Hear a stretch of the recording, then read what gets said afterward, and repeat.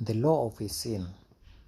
This awareness now indicates the law of his sin. The law of his sin states that what is, and what is not changed by opinion or belief about it, but is what it is while it is. So whether we believe, you'd want to believe the law is done away with, the law is not part of salvation, you could gain your salvation without the law, the word, the light. What you believe can change the truth, and the truth is the light, the truth is the word, and the word is the guide to salvation. Simple. Whether you believe there is no God, whether you believe there is any other God, what name you call him, what name you call the Messiah, what name you call the Father, it doesn't matter. The path or the divine path is set, and your opinion and my opinion does not matter. This law states that actions and motives which are the highest and the best and the most inclusive and encompassing, the most appropriate and essential, create those movements that lead to the gate of a sin, behind which all things are exactly as they are, while they are, for a sin is the ever-changing truth that was and is and forever shall be. So the law of a sin is bringing the concept of the description of how we describe Father or the Son or the Word. It is Alpha, I say Alpha and Omega, the beginning and the end, infinity, the ever existing, the eternal. So this law talks about the eternity, the cosmic world, the world that never changes, the creation that's everlasting. The sin is the isness of what is happening at any moment, regardless of the length of time included in that moment. This awareness indicates that awareness is what is and is total bliss and total union with Godhead. So what did God tell Moses when he met him? He said, tell them that, who should I tell them spoke to me or sent me? He said, I am. Say that I am,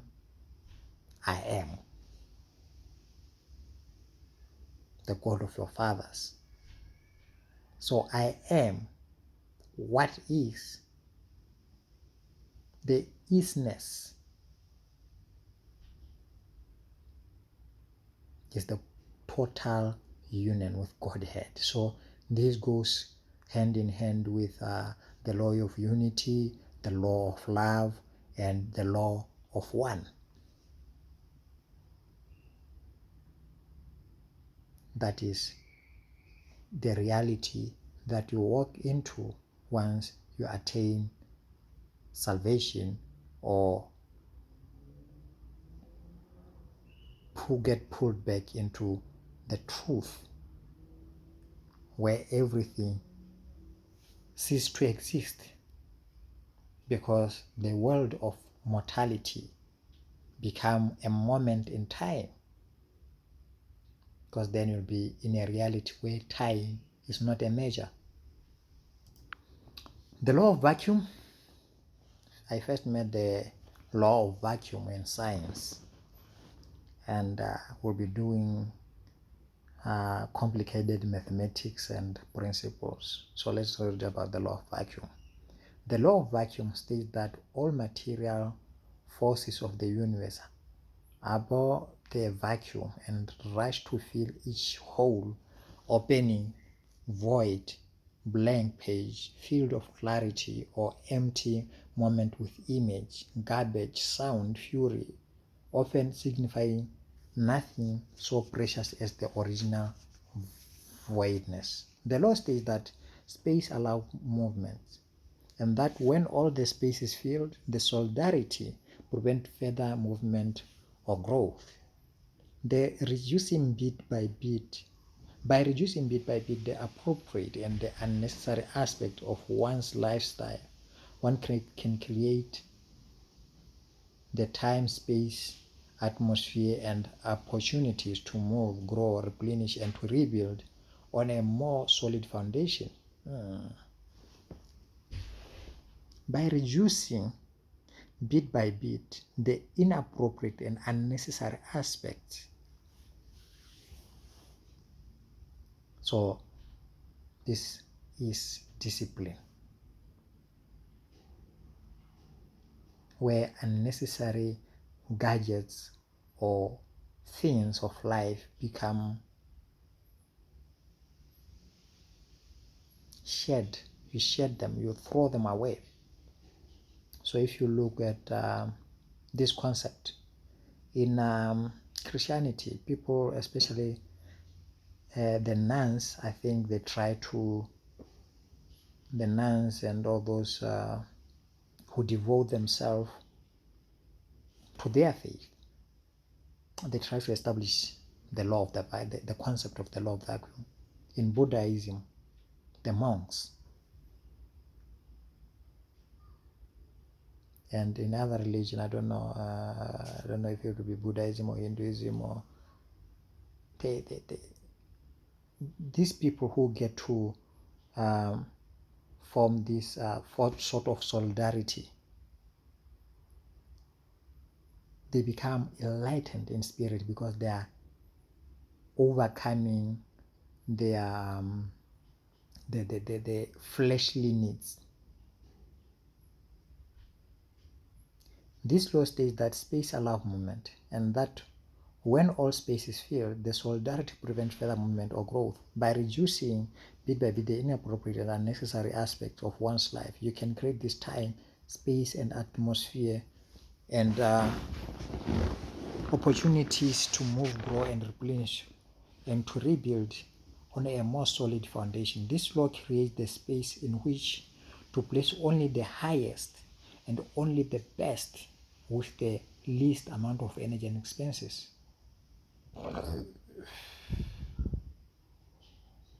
So this is the law of vacuum, and it's the same principle they use in the religion, the nuns, the enlightened ones, the monks, and it's the same principle that we use when we manipulate the diodes to create transistors and all those electronic gadgets. The principles of holes, moving electrons and holes, is the vacuum principle. And by it, we are able to transfer energy or current, manipulate current, voltage, and resistance.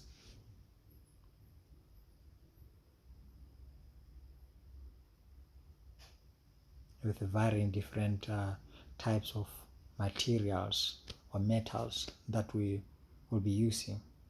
So we are still at church or industrialization, we are still manipulating the same law of vacuum. So who would say the law of vacuum will be better off in science or in faith or church? I don't know how you're gonna say it. But all in all, everyone is borrowing from the universal principle that they have not created.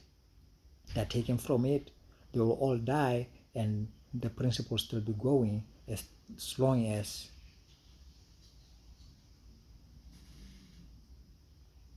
the space is still there.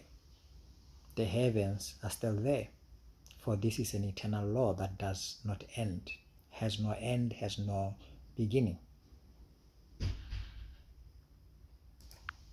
The law of justice. The law of justice is like unto scales in balance, in which that which is heavy on one side must be balanced by that which is equally heavy on the other side. Thus, when one violates another, the heavier the violation, the heavier must be the balancing force. So this action-reaction relationship. For every action, there has to be an equal reaction. So that's a concept I learned into from the laws of motion.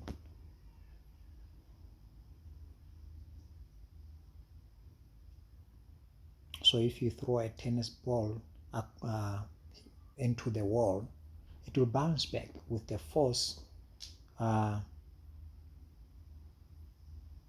I'll say if maybe proportional to the force that you threw in, you hit the wall. So if it was to hit you back,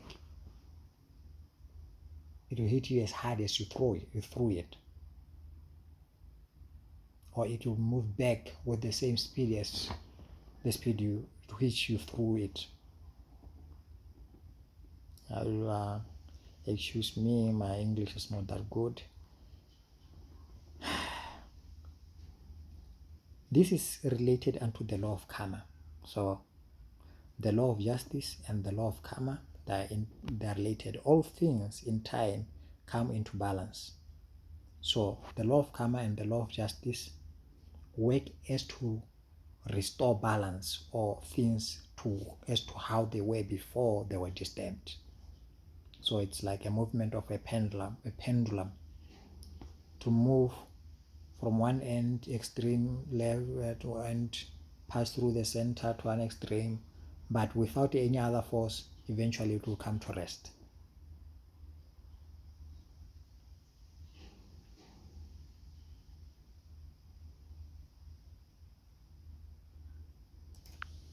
The law of vibration. The law of vibration states that any vibration which is sent out for good, for service, increase unto higher frequencies as it moves through space until it returns to its origin, bringing the gift of those higher frequencies. If you listen to Naima Lavin, she talked about vibrations, and when you talk about vibrations, you are talking about the word, and you are talking about frequency, transmission, the medium of transmitting the word, the frequency. So the higher frequency is when the light is doing good, has a purpose to serve or to uplift, and then that word or purpose will increase in magnitude because it will multiply or it will bounce onto things or objects where it will still regain momentum. So this is more like the gospel. If the law is followed and upheld, it raises people or spirits to a higher magnitude. And eventually, those spirits which are receiving the word will be uplifted in their value to be able to return into the eternal realm where they will exist now as deserving entities before the Father. So this is the preaching of the gospel. That forces drawing on vibration for selfish purposes of lust, power, greed, drawing these forces into themselves, will receive vibrations that decreases in their frequency level, moving on to lower frequency as they enter into one's being, requiring that the being needs another fixing of incoming vibration and energy, then another and another, as though one were addicted. So if you look at the law of vibration, the reason why at the clubs we listen to music, and at the church we we sing and listen to music, is because vibration is the form of language that determines whether those vibrations which we are causing or listening to or receiving will uplift us or degrade us, uplift our spirit and our body, or downgrade our spirit and dump our spirit and downgrade our bodies. If you want to learn more about energy vibrations, I'll suggest you go to Naima 11's channel. She's very good at this, very, very good. She'll be talking about frequency wars, even the light bearers and the rebirth. She'll be death and activation. So the lower frequencies lead to death. The high frequencies, they activate you, so they lead to salvation. She'll be going in more details into this. A lot of topics. Also, that talked about the music. She had done a lot of videos about salvation, about the vibration, the low frequency, also here, and the high frequencies. So this is all tied to planets, stars, our surrounding, everything, because vibration is tied to sound. So vibration is tied to the words, it's tied to music, it's tied to how we communicate. Everything, our body, our cells, our surrounding, before we even see anything, we interpret our surrounding through vibrations, through our hearing, and not just hearing by our ears, but feeling. The spirit moves through frequencies and vibrations. So if you have time, go to her channel, go through the videos, you'll learn a lot. So if you have time, go to Naima 11's channel, YouTube channel. She'll be talking about frequency, DNA, then you're talking about the build of our body, how music and frequency are tied up, and the high frequencies that we heard from that side, that we read something about high frequency and low frequency. All this, you could come here and see the impact of low frequency into your spiritual being, into your physical life, what music that you listen to, how it affects you, how it affects your spirit and even your body. So if you go through here, you'll learn a lot. She does a lot of things about frequencies, how it affects the spirit, the soul, and the body, because the frequency, and then we're talking about frequency. If you go into science, then you'll have to talk about things like amplitude and wavelength. Then we're talking about light, and we're talking about the word, and then we are talking about the law or the divine law, because the light doesn't originate from the mortal realm of the earth. It originates from outside. It travels through galaxies. So let's go into the law of divine manifestation. The law of divine manifestation requires a manifester to believe in the principle that whatever is needed for one's growth and fruition will be supplied by the universe. For whatever price the manifestor truly believes is fair. But the manifestor must believe he or she truly has the right to receive the manifestation at the price of energy cost the entity believes is fair. So what did the word tell Adam and Eve? Men will live by their sweat. Will they have food? So that's the price. The universe require a manifestor to believe in the principle that whatever is needed for one's growth and fruition will be supplied by the universe for whatever price the manifestor truly believes is fair. So the manifestation has to happen at a price of energy cost. So you have to labor in order to get the gift that we need from the universe. So that's why it is given to Adam that by the sweat of their brow will he get food from the earth.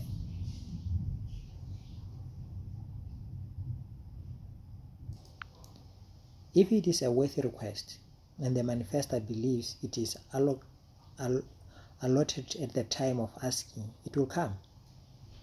A worthy request expressed through prayer, imaging, ritual, or whatever method is anything that harms no one but benefits all involved. It is a win-win relationship.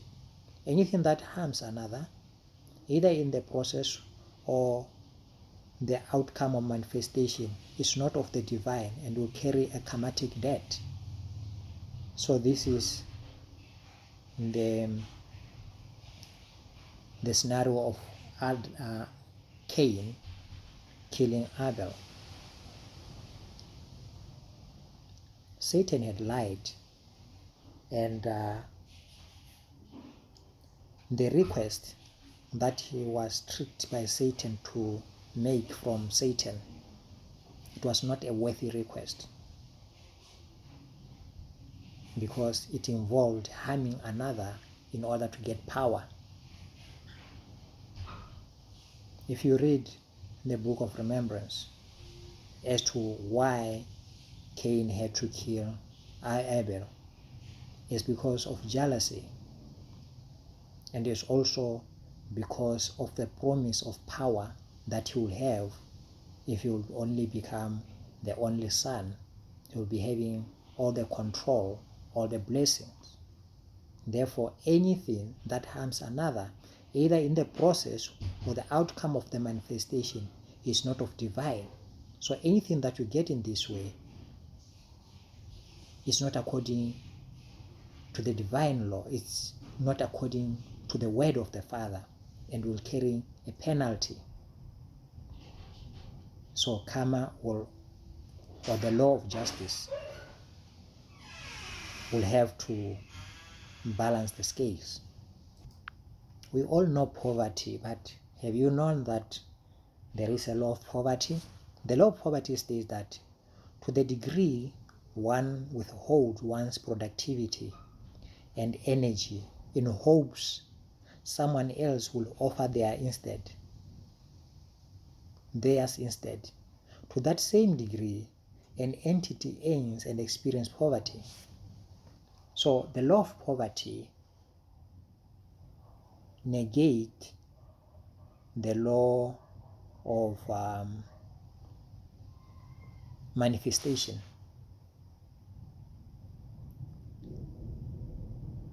And in this regard also, it negates the law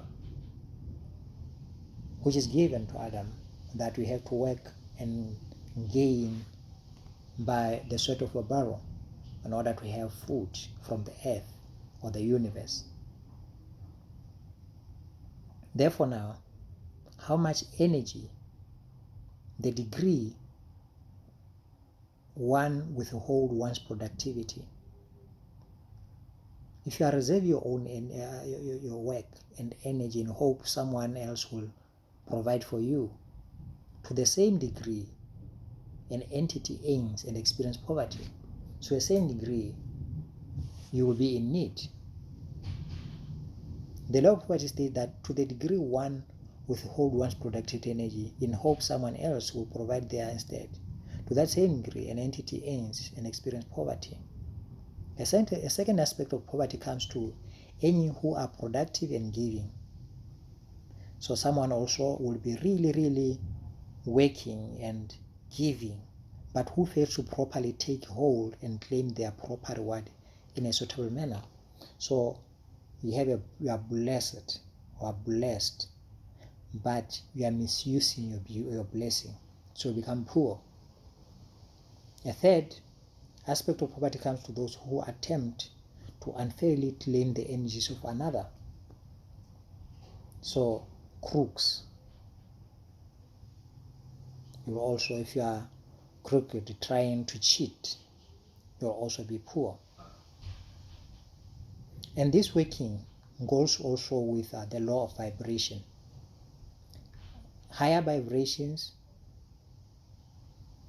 it propels your, sustain your spirit to improve, to grow, and shine with light until you get back through salvation into the world of light, into paradise.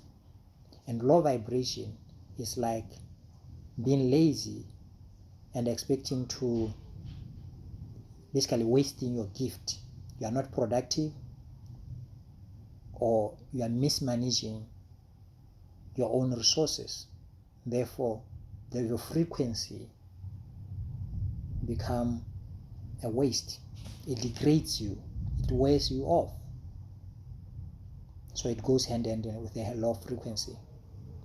So it goes hand in hand with the parable of a sower who was throwing the seed, some into a rocky road, some into thorny bushes, and another one falling into a loamy soil or a fertile soil. It's still the same principle. So that's an application of the low frequency.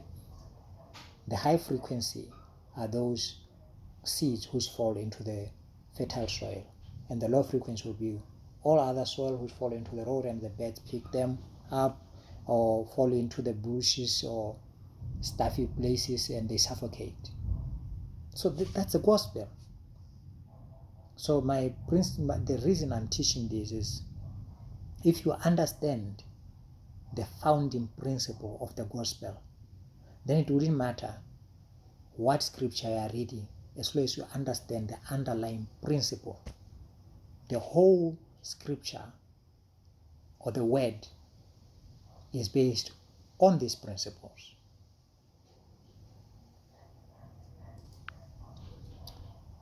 In the book of the sealed portion,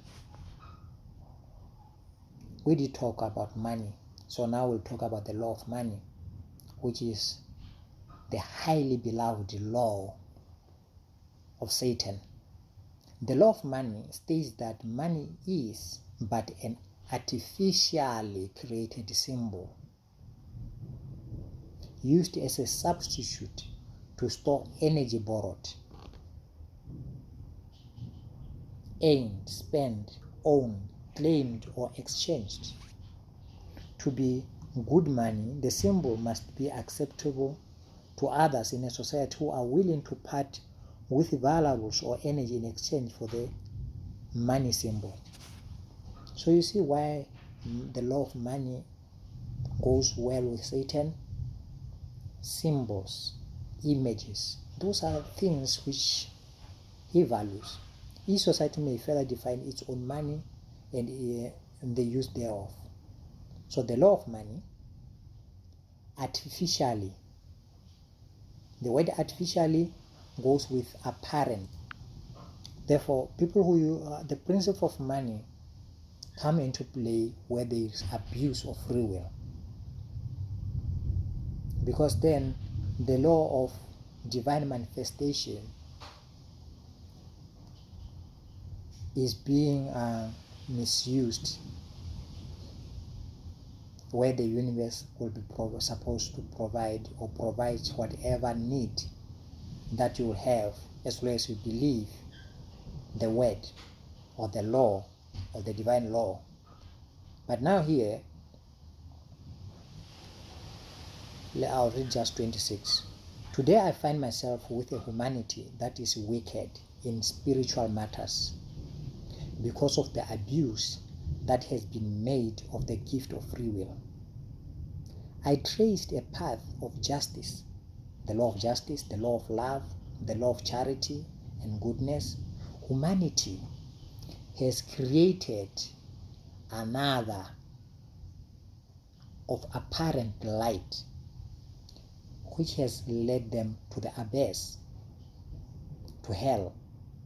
The way to hell has to do with apparent created things which are not natural.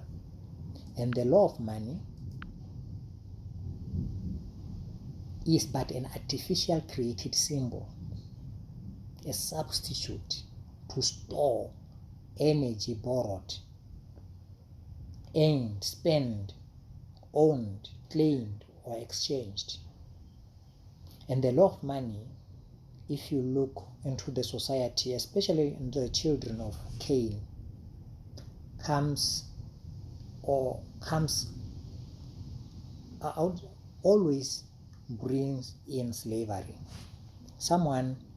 It takes away the principle of equality, because those who introduce the law of money would want others to work for them to substitute whatever they earn with the paper or the currency that is established. If you bring me a certain number of, let's say, gold. I have a certain number of gold, and you need to work for me for a certain number of time in order to earn the same thing. So it's a substitute, and this trade is only found in the wicked societies, the children of Cain. If you go from I don't know if Genesis 4, from Genesis 4 up to possibly the end of the Bible or the end of any scripture, the holy, those on high frequencies, there is no trade, the law of money is not in play, because they believe in equality of the children of the Father. The law of free will states that divine will grants each entity the right to direct and pursue his or her own life,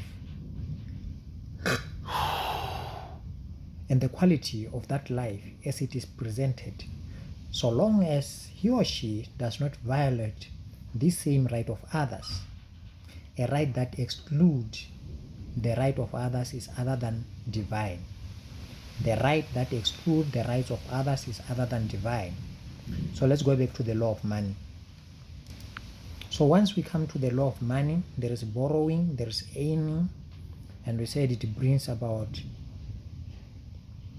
always brings about slavery. Someone is put a hierarchy in a society where there will be the rich and the poor. Therefore, in the process of exercising some of the children of Father, exercising, or the entities exercising their right and in their pursuit and the quality of life that they want, they end up violating or withholding the pursuit of others, and this brings in violence. Or in any society that has money, it cannot be helped to have, other than to have others working for others.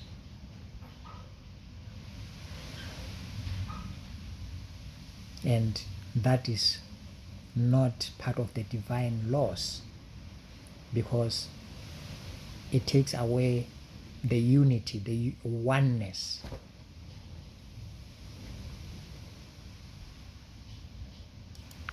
The law of, I don't know whether it's Dharma or Hama, I don't know how it's pronounced.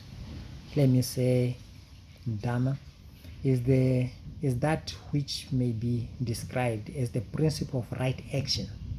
This refers to that which is universally right for all who are affected by that action. An action by an individual, a group, or a nation or culture is right only when everyone is rightly served by the action according to their needs and aims. Dharma brings about that which may be called good karma or right results. So it's when a society agrees on a principle, let's say money, the law of money, but with a condition that every individual, group, or nation, or their whole culture or system, way of life, everyone will be served right by their action according to their needs. No one will be poor among that society. For in further, if you listen to the story of people getting, those who will get salvation, they say they won't be crying anymore. There won't be anyone who will be hungry or thirsty. So this is the condition of heavenly existence that you get after salvation is bestowed. So any action that brings about that sense of equality or content in terms of needs and happiness, of joy, will follow under karma, because it's the right action. It does not violate anyone's rights, or their exercise of free will brings about good karma. It does not violate any rules. So the law of justice does not found any violation.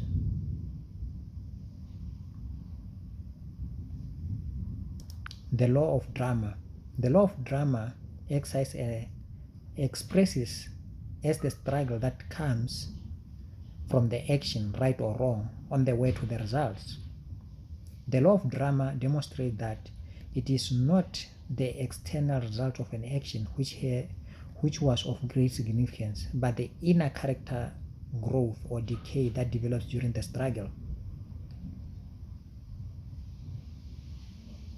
So the law of drama, the struggle that we go through in mortality to determine our form of happiness and joy that we are supposed to get in the kingdom of the Father.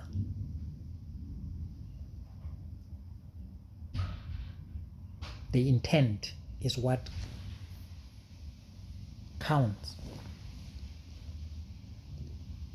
Whether that intent will be right or wrong on the way to demonstrate the joy and the happiness that we choose for ourselves through the exercising of our free will. And this struggle that comes from our action, whether right or wrong, will determine whether at the end of the day the fruits we present would be worthy to stay in the peaceful kingdom of the Father or in hell.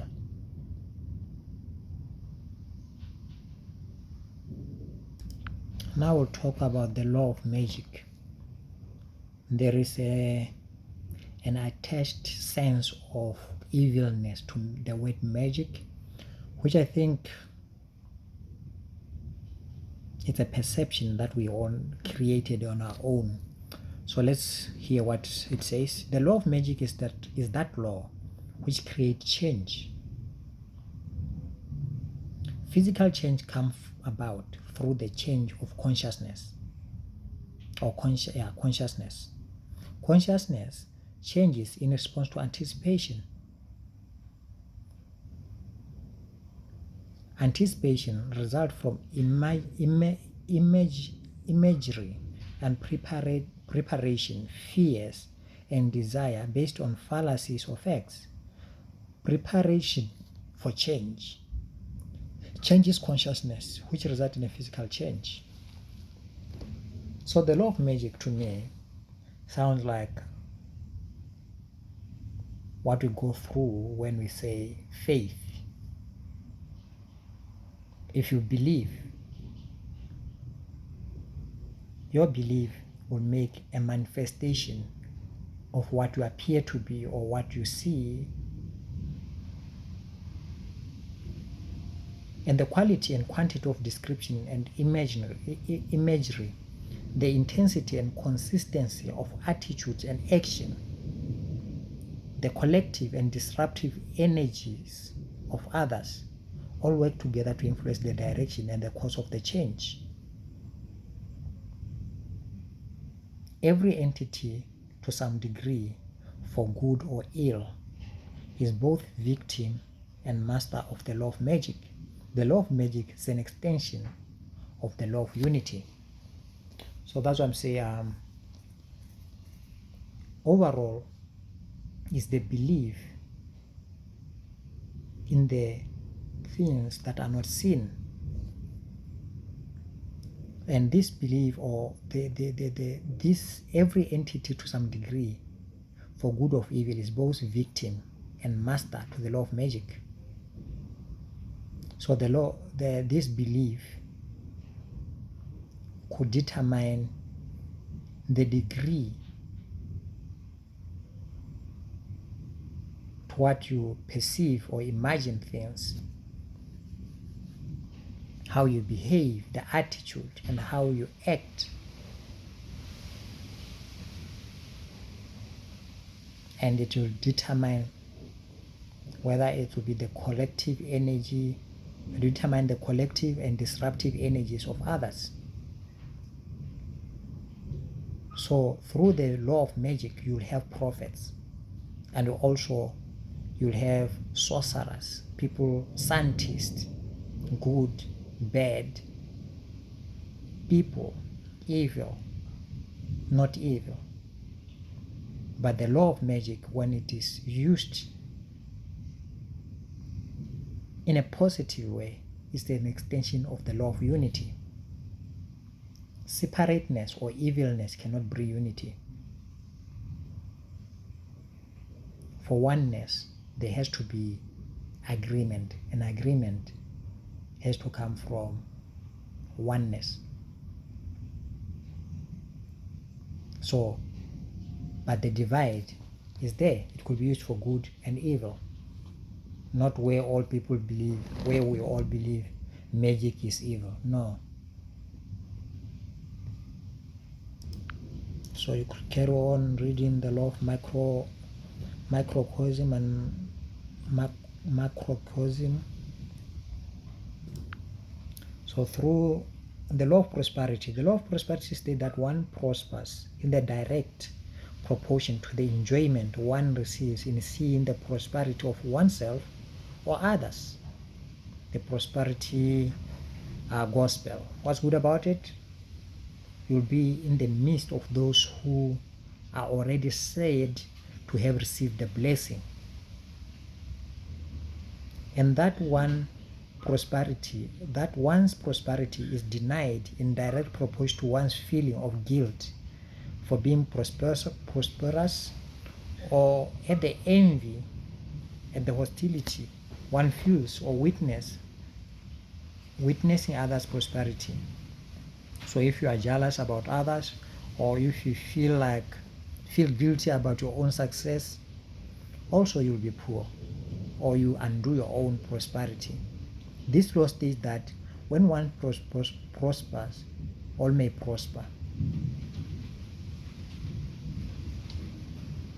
The law of prosperity works for those who hold images, feelings, actions, dialogues, attitudes associated with beauty, joy, love, prosperity, and work, against those who hold images, feelings, actions, dialogue, attitudes associated with ugliness, self-pity, complaints, envy, hostility towards oneself or any other person.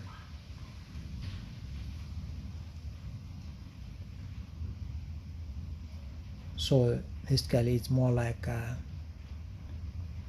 if you are happy about what you are doing without, and what you are doing making you complete and in oneness with yourself, without dividing yourself in self-pity, complaints, envy, hostility, then this principle or law would make you go forward or attain what you are putting your mind and action to. So it's divided in two, just like the law of magic. The law of prosperity could work against you, or it could work for you. The law of motion: bodies of matter do not alter their motion in any way except as a result of forces applied to them. A body at rest remains at rest, or if in motion, it continues to move in the same direction with the same speed unless a force is expressed upon it. The second law is made up of two parts. When different forces are applied to act upon free bodies, they react at the rates at which the momentum change are proportional to the forces applied. So it goes a little bit with the law of justice and also the law of karma. The direction of change in momentum by a force is that of a line of action of the free force. The third law of motion. The third law is the law that asserts the equality of action and the reaction. That is to say that each action has its equal and opposite reaction. So this is negative karma. I'm saying negative karma because we saw that there is positive karma now. When you talked about is it Dharma or Dara, the law of Dara or Dharma there. So the same principles, this principle, where say it's Newton's law of motion, but I think even before Newton was born, this law of motion existed. Therefore, to say it's Newton's law of motion, we are limiting it. These laws applied before the universe was created and before they are attributed to this person, and they will continue to exist even after we are all gone.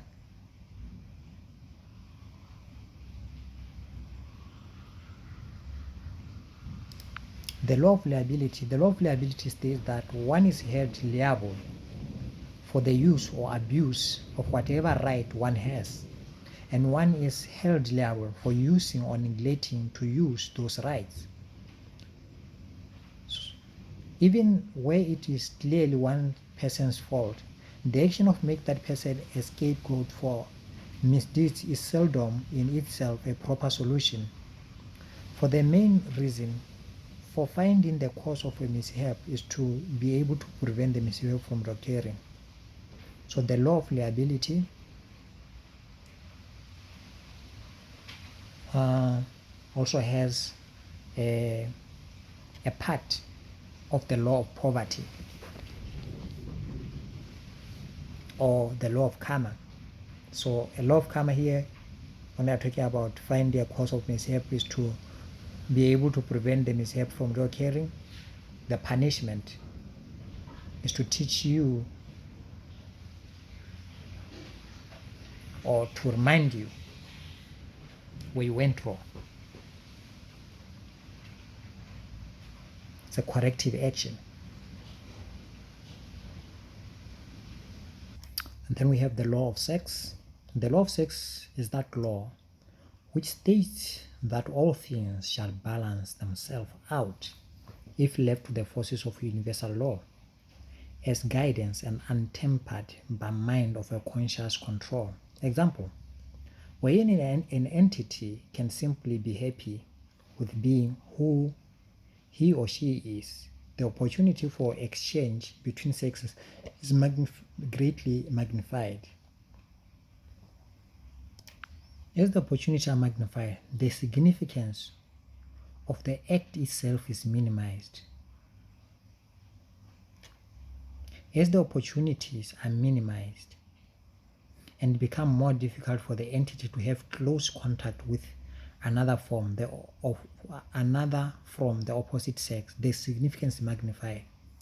That is the nature of the dilemma known as sex. So basically, when you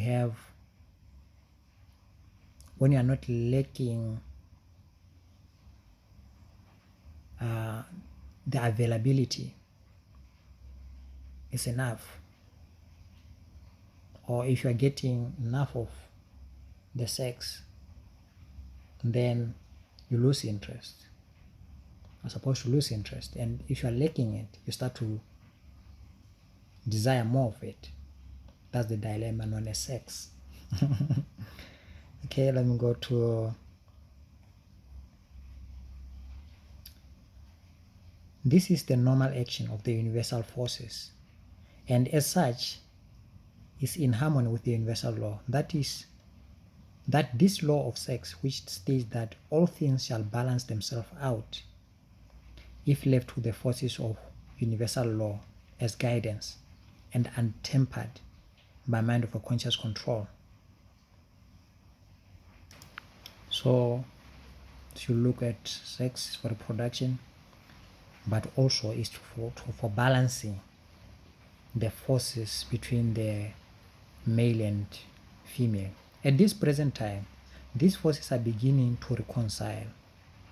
For a reconciliation between the male and the female force to occur, there must be that coming together, that sexual interchange between the forces, so that all feelings of difference begin to become less significant and begin to shift, mold, and mix together in a blend of male and female forces, so that the separate is no longer apparent.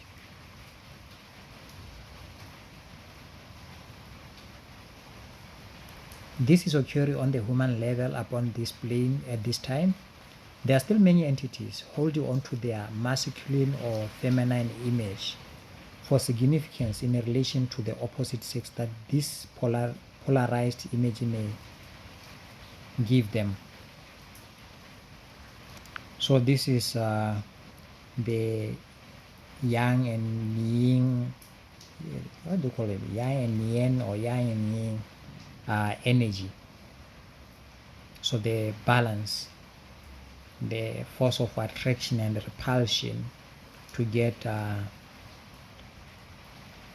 that stability or peace between the females and the males because of the needs of the flesh.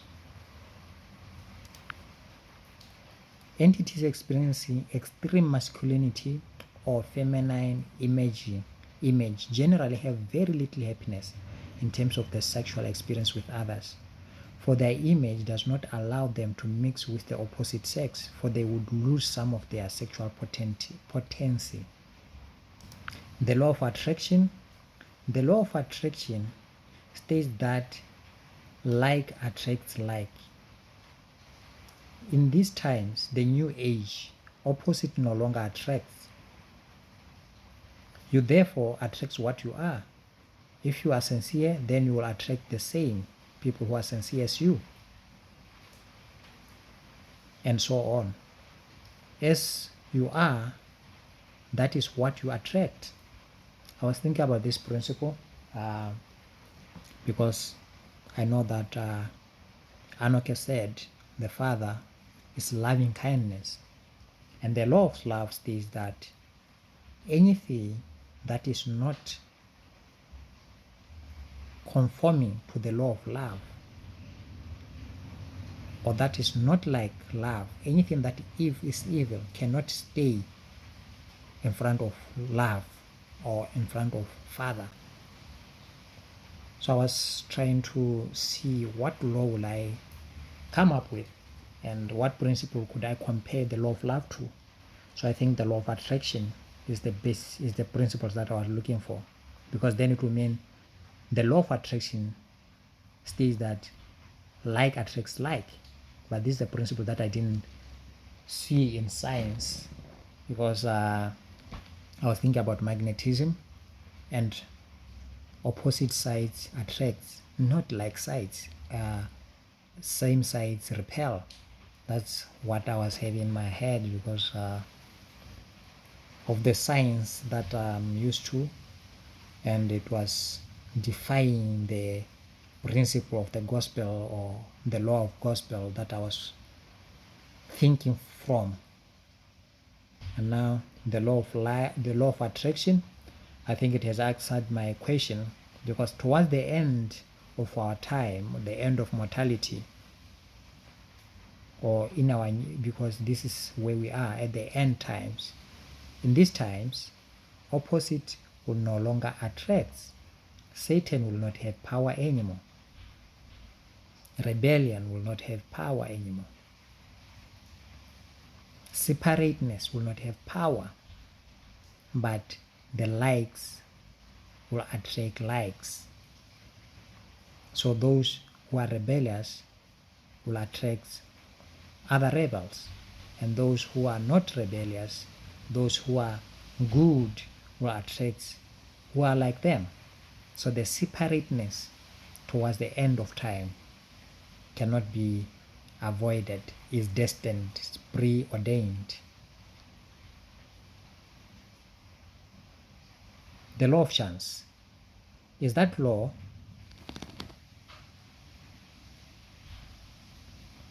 that results when the law of magic is initiated without being in harmony with the law of unity. The law of chance is that law that results when the law of magic is initiated without being in harmony with the law of unity. The law of gratitude is that law which does bring justice and the balance for those actions which occur under the law of chance. So the law of chance, if it happen parallel or in accordance with the law of gratitude, and then the law of chance bring in justice and balance.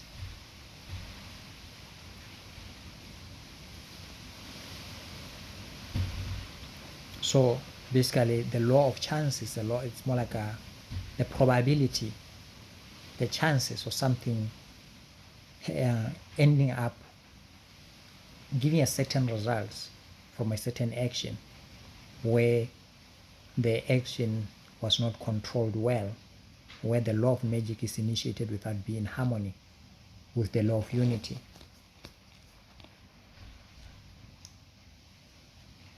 So this is more like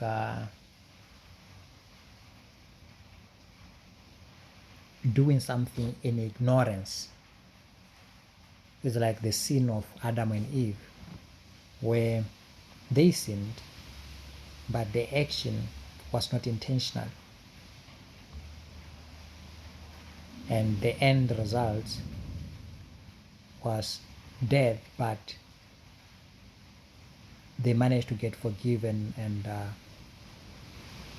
they end up repenting, because repentance there will bring in the balance and the justice of the law, or the mercy of salvation, restoring them because of the law of magic, the positive magic.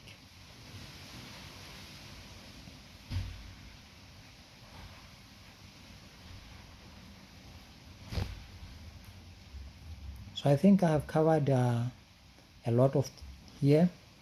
You could go on, but in conclusion, the law is the fabric of the gospel. The law is the word, is the pathway.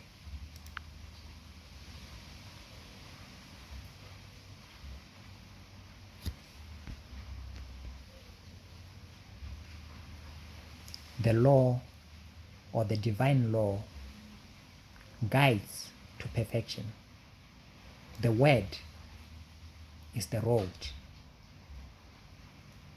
Nothing is outside the law. Nothing could exist without the law. Nothing is created without the word. The word is the pathway to salvation. And science is within the law. It's only that is the manipulation of the law for selfishness. Therefore, it is the use of the law which is not divine. Therefore, there is nothing under the sun in this plane of a realm of our existence that is outside the law. It doesn't matter whether you say you don't believe in God, or you believe in what God, what name you call your God, which direction you pray looking at. The law is still the law. The moment you blink, the moment you lift your foot, any action, voluntary or involuntary, is within the scope of the law of the universe. And the law of the universe is the divine law. The law of our earth is the derivative or is derived from the universal law.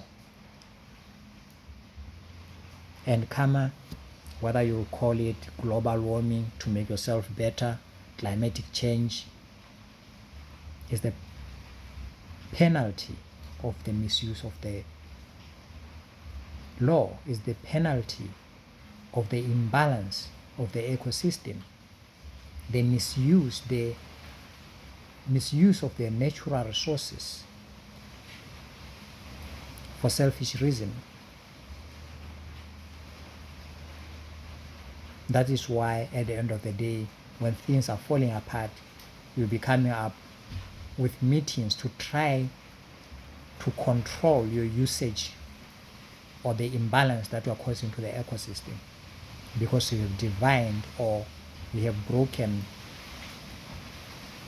you have breached the harmony of the universal laws that governs your surrounding. Peace.